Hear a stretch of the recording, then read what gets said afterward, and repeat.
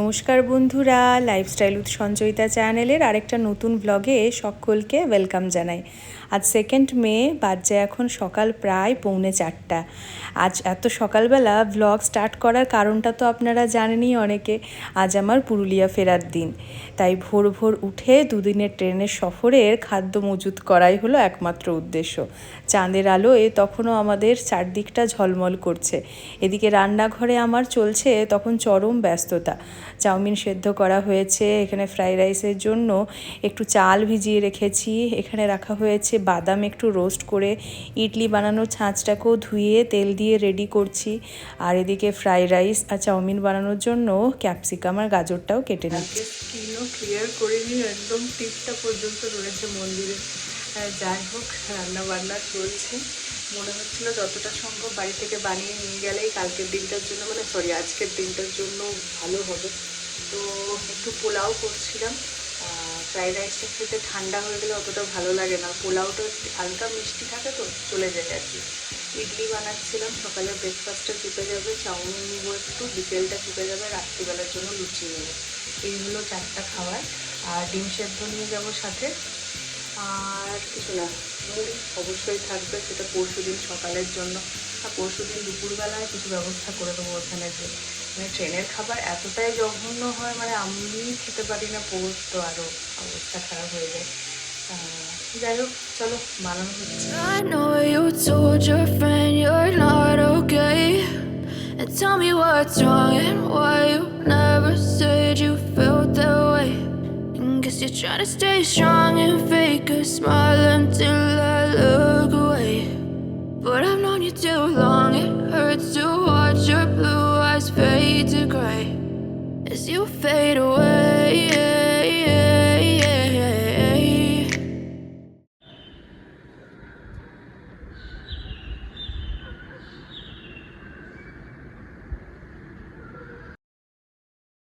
মোটামুটি চাঁদেরও অস্ত যাওয়ার সময় চলে এসেছে।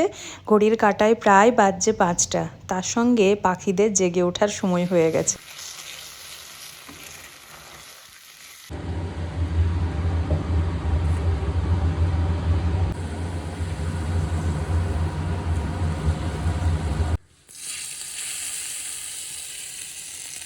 ঘড়ির কাঁটায় ঠিক 6টা, বাইরে একদম সূর্য উদয় হয়ে গেছে, আর আমার ডান সমস্ত কিছু কমপ্লিট। 2 ঘন্টা লাগলো।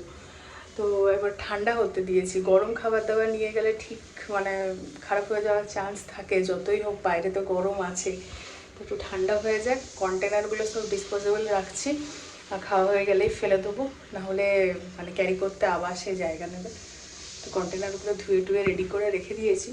জাস্ট এবার খাবারগুলো ঠান্ডা হয়ে যাক, দিয়ে পরে ভরবো। 6টা বাজছে, আমাদের 9:30টায় ট্রেন, এখন অনেকটাই দেরি আছে। এখান থেকে যেতে সময় লাগবে মোটামুটি ওই আধ ঘন্টা 45 মিনিট মতো ম্যাক্সিমাম। সো দেখি, এবার একটু শুই। টানা 2 ঘন্টা কর্মযজ্ঞের পর এই হলো তার ফলাফল। বাঙালি ফ্রাইড রাইস, চাউমিন, মটর পনির, ডিম সেদ্ধ, ইডলি, লুচি আর তার সঙ্গে ইডলি চাটনি, এই হলো তার ফলাফল। যাই হোক, খাবার দাবার এখানে ঠান্ডা হোক, আর তার সাথে ডিসপোজেবল কন্টেনারগুলো ধুয়ে একেবারে রেখে দিয়েছি। কিছুক্ষণ পরেই প্যাক করে নেব। বেরোনোর সময় গোপালকে একবার দর্শন করে প্রণাম করে তারপরে রওনা দেব। চলুন, গাড়ি চলে এসেছে, আমাদের জিনিসপত্র নিয়ে আমরা নিচেও নেমে গেছি। আর কিছুক্ষণ সময় পরেই আমরা রওনা দেব। জিনিসপত্র সব রাখা হয়ে গেছে। এরপর আমি আর পোগো গাড়িতে চেপে উঠেছি। অনির্বাণ কিন্তু আমাদের সঙ্গে একই গাড়িতে যাচ্ছে না, ও স্কুটিতে যাচ্ছে। ফেরার সময় তাহলে ওই স্কুটি করে চলে আসবে, নাহলে আবার সেই ক্যাব বুক করে আসতে হতো। তো যাই হোক, চলুন, দুগ্গা দুগ্গা বলে বেরিয়ে পড়েছি, অনেকটা সময় হাতে নিয়েই।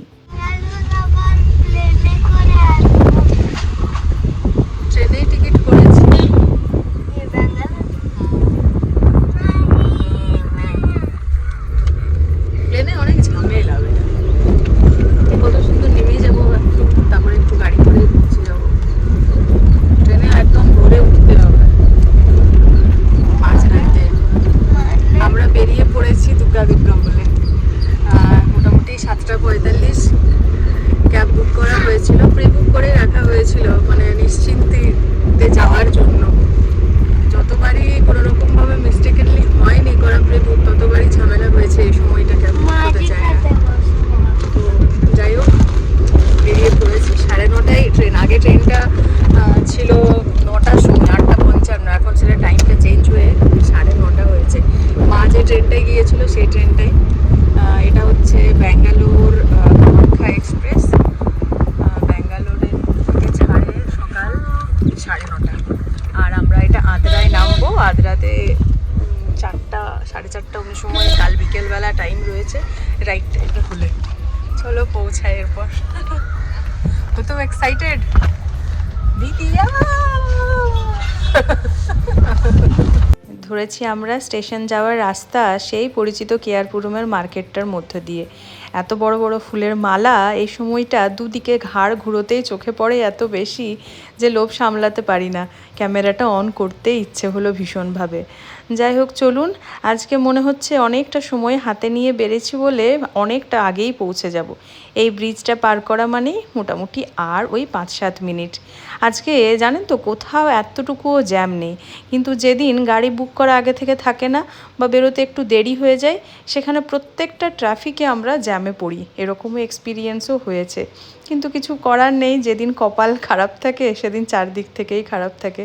এই যে আমরা স্টেশনে পৌঁছে গেছি, আর কিছুটা সময়ের অপেক্ষা। অনির্বাণ আসছে পেছনে, ও এলে তারপরে আমরা জিনিসপত্র নিয়ে আর প্ল্যাটফর্মে যাব। চলুন পৌঁছাই।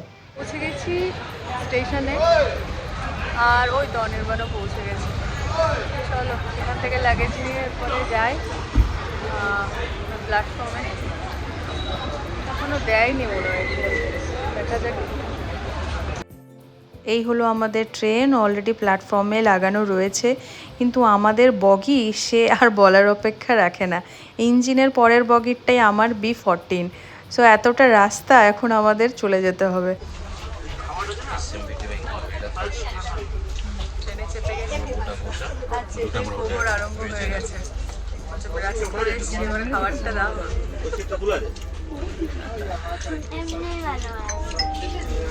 পুগো মোটামুটি পেট ভর্তি, এরপরে বদমাইশি করা স্টার্ট করে দিয়েছে। মানে কি যে পরিমাণে বদমাইশিটা আমাকে 2 দিন ধরে হ্যান্ডেল করতে হবে সেটা আমি ট্রেলার পাচ্ছি এতক্ষণে। 2 দিন ধরে একা আমার উপরে ফুল টর্চার হবে সেটা বুঝতে পারছি। ঘড়ির কাঁটায় প্রায় 9:30, ট্রেন ছাড়ার সময় হয়ে এসেছে। অনির্বাণ ওই কারণে ট্রেনের বাইরে চলে গেছে, ওই যে দাঁড়িয়ে রয়েছে। প্রতিবার যখন ব্যাঙ্গালোর ছেড়ে বা আমার ঘরকে, আমার মানুষটাকে ছেড়ে যখন যাই, মনটা ভীষণ খারাপ হয়ে যেত, চোখে জল চলে আসতো। সে অভিজ্ঞতা তো আপনাদের সঙ্গে বারবার শেয়ার করেছি, কিন্তু এইবারে একেবারে অন্যরকম অনুভূতি। আর 10টা দিন পরেই ফিরে আসছি বলে কোনো রকম মন খারাপের কোনো কারণ নেই। যাই হোক চলুন বেরিয়ে পড়ি, পোকোর কথাগুলো শুনে নিই। আমরা বাবাকে মিস করব। ফোন করবে বাবা।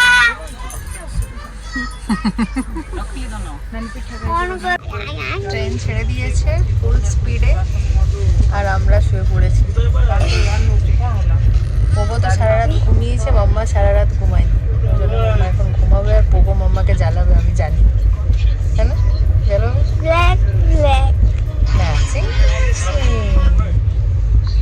আচ্ছা, গতকাল রাত্রিবেলা পুরোটা প্রায় জেগেই পার করেছি তো। এক ঘুম দিয়ে যখন ঘুম ভাঙলো তখন প্রায় ঘড়ির কাঁটায় 2:30। দুপুরের খাবারটা ওই জন্য পোগোকে দিয়ে দিলাম, মিষ্টি ফ্রাইড রাইস আর তার সঙ্গে মটর পনির। তো সমস্ত কিছুর মধ্যে কাজু, কিচমিচ, পনির ওগুলো শেষ হয়ে গেছে, এখন রাইস আর ভেজিটেবলসগুলো পড়ে আছে। তাই এরপরে আমাকে ঠেলে ঠেলে সেগুলোকে খাওয়াতে হচ্ছে। খাওয়ার পরে একটু মিষ্টি খেতে পছন্দ করে আমাদের বাঙালি বাবুরা, সে তো জানেনই। ওই জন্য পোগোর বাবা পোগোর জন্য টাব ভর্তি মিষ্টি দই দিয়ে পাঠিয়েছে। আমরা মিডিলের বার্থে হলেও লোয়ার বার্থের মানুষ এখনও আসেনি, সে কারণে একটু স্বস্তি আর কি। ট্রেনের ভালো রকমভাবে পরিষ্কার পরিচ্ছন্নতাটা মেনটেন করার জন্য এই নিয়ে ট্রেন ছাড়ার পর 2বার ঝাড়ু দেওয়া হচ্ছে। বাথরুম টাথরুমও দেখলাম বেশ পরিষ্কার আছে।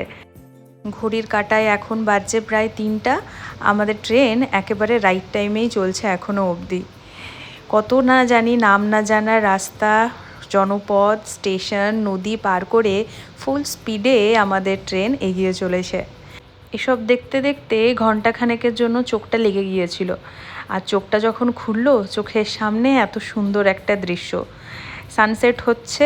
আর এই সময়টা বরাবরই একা থাকলে আমার ভীষণ মন খারাপ করে। সূর্য উদয় দেখতে যেমন ভালো লাগে আমার, একা বলুন সবার সাথে বলুন, এই সানসেটের সময়টা একা থাকলে কেন জানি না মনের ভেতরটা কেমন খালি খালি লাগে। যাই হোক, আমাদের পোগোবাবু উঠে গেছে। ততক্ষণে ট্রেনের ভেতরে চাউমিন চাউমিন বলে পেরোচ্ছে ট্রেনের হকাররা। তো বাড়ি থেকে নিয়ে এসেছিলাম চাউমিনটা, সেটা একটা স্বস্তি। না হলে পোগো ওই ট্রেনের চাউমিন খাবো বলে বায়না জুড়তো, আর সেটার টেস্ট একদমই ভালো হয় না। আমি একবার নিয়ে একেবারে ঠকে গেছি। সমানে জ্বালাচ্ছে, করার মতো কিছু বুঝে পাচ্ছে না। বলছে ট্রেনে কি করে,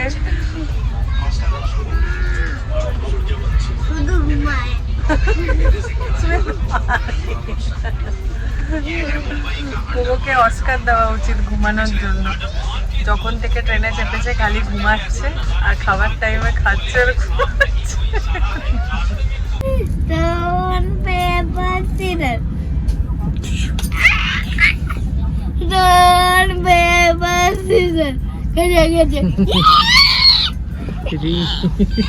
রাত্রি প্রায় এখন 9:30। রাতের খাবার দাবার খেয়ে আমরা আমাদের বাথটাকে লাগিয়ে শুয়ে পড়বো। এরপর এখনও নিচের বার্থের মানুষজন আসেনি, কিন্তু রাত্রিবেলায় তাদের আসার কথা, তাই আগে ভাগেই আমাদের বেডটা সেট করে তারপরে শুয়ে পড়বো। চলুন, গুড নাইট। মর্নিং।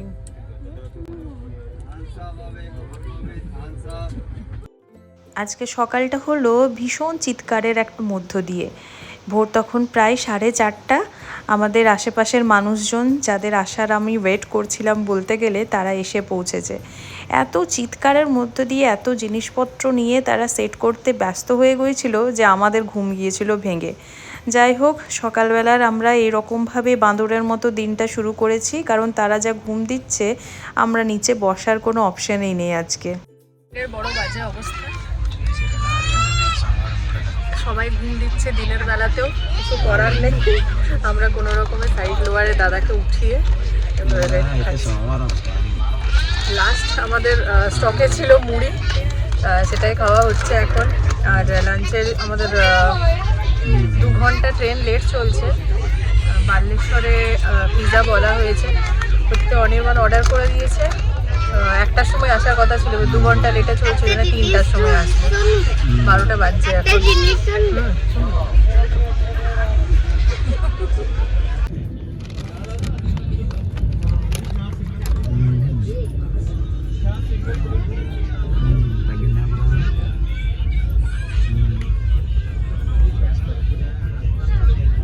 পগর মুখে হাসি, কি জন্যে এসে গেছে আমাদের মিলন বীর।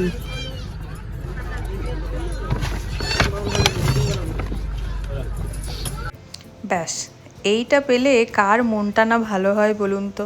ভীষণ মাথা ব্যথা আর তার সঙ্গে একটা অস্বস্তি রকম পরিবেশ নিয়ে আজকের দিনটা শুরু হয়েছিল ঠিক, কিন্তু দুপুরবেলা একটু পিৎজা, একটু ডার্ক চকলেট দিয়ে বানানো এই লাভা কেকটা পেলে মনটা আমারও ভালো হয়ে গেল পোগোর সাথে। যাই হোক, চলুন। পোগোর এরপরে চলছে চরম শয়তানি। 2 দিন ধরে একটা জায়গায় ওকে বেঁধে রাখা হয়েছে, সে কি আর বেঁধে থাকে?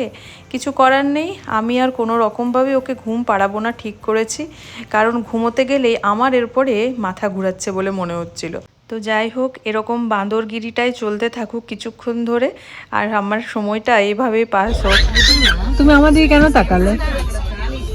আমার দিকে তাকালে আর গেল।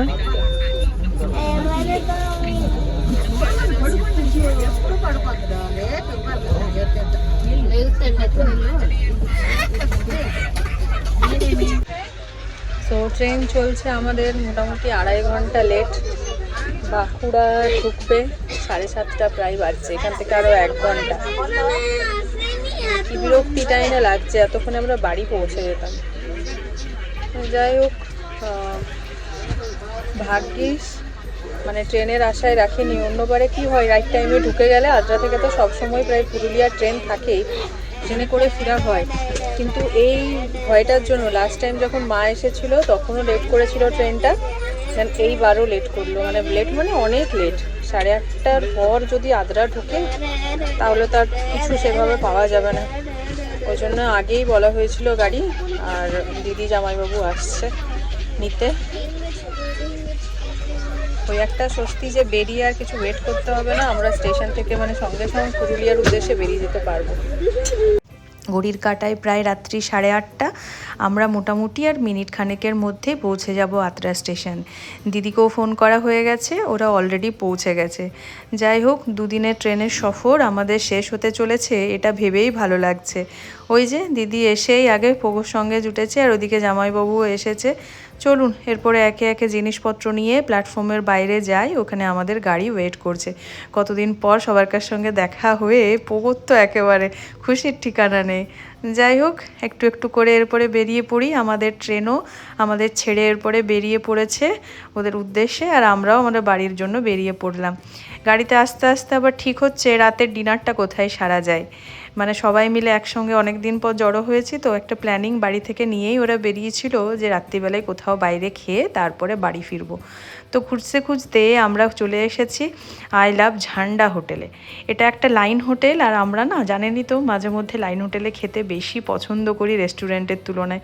তো চলুন ভেতরে যাই। পৌঁছে পরেই আমি আগে এক কাপ কড়া করে কফি নিয়েছি।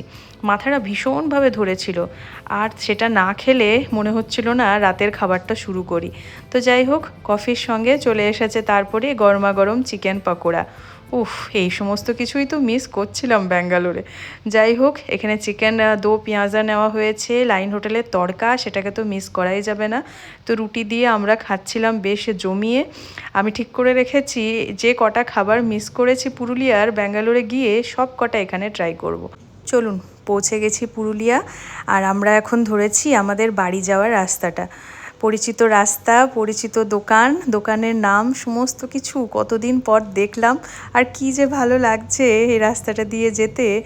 বারবার পার হই আমরা এটা দিয়ে। পার করছি এখন পোস্ট অফিসের মোড় হয়ে হাটের মোড় যাওয়ার রাস্তা। কিছুদিন পরেই ভোটের রেজাল্ট, তাই তার আগের একটা গা ছমছম করা কেমন যেন পরিবেশ। চারদিকে ব্যানার, পোস্টার, কত কিছু ঝুলছে। সমস্ত কিছু দেখতে দেখতে চলুন বাড়ি পৌঁছে গেলাম। এরপরে চলবে একটু গল্প, একটু আড্ডা, কতদিনের কত কিছু দেখানোর রয়েছে। যাই হোক, আজকের ব্লগটা এখানে শেষ করছি, বাড়ি যাই। কালকে আরেকটা দেখা হবে নতুন ব্লগ নিয়ে। থ্যাঙ্কস ফর ওয়াচিং বন্ধুরা।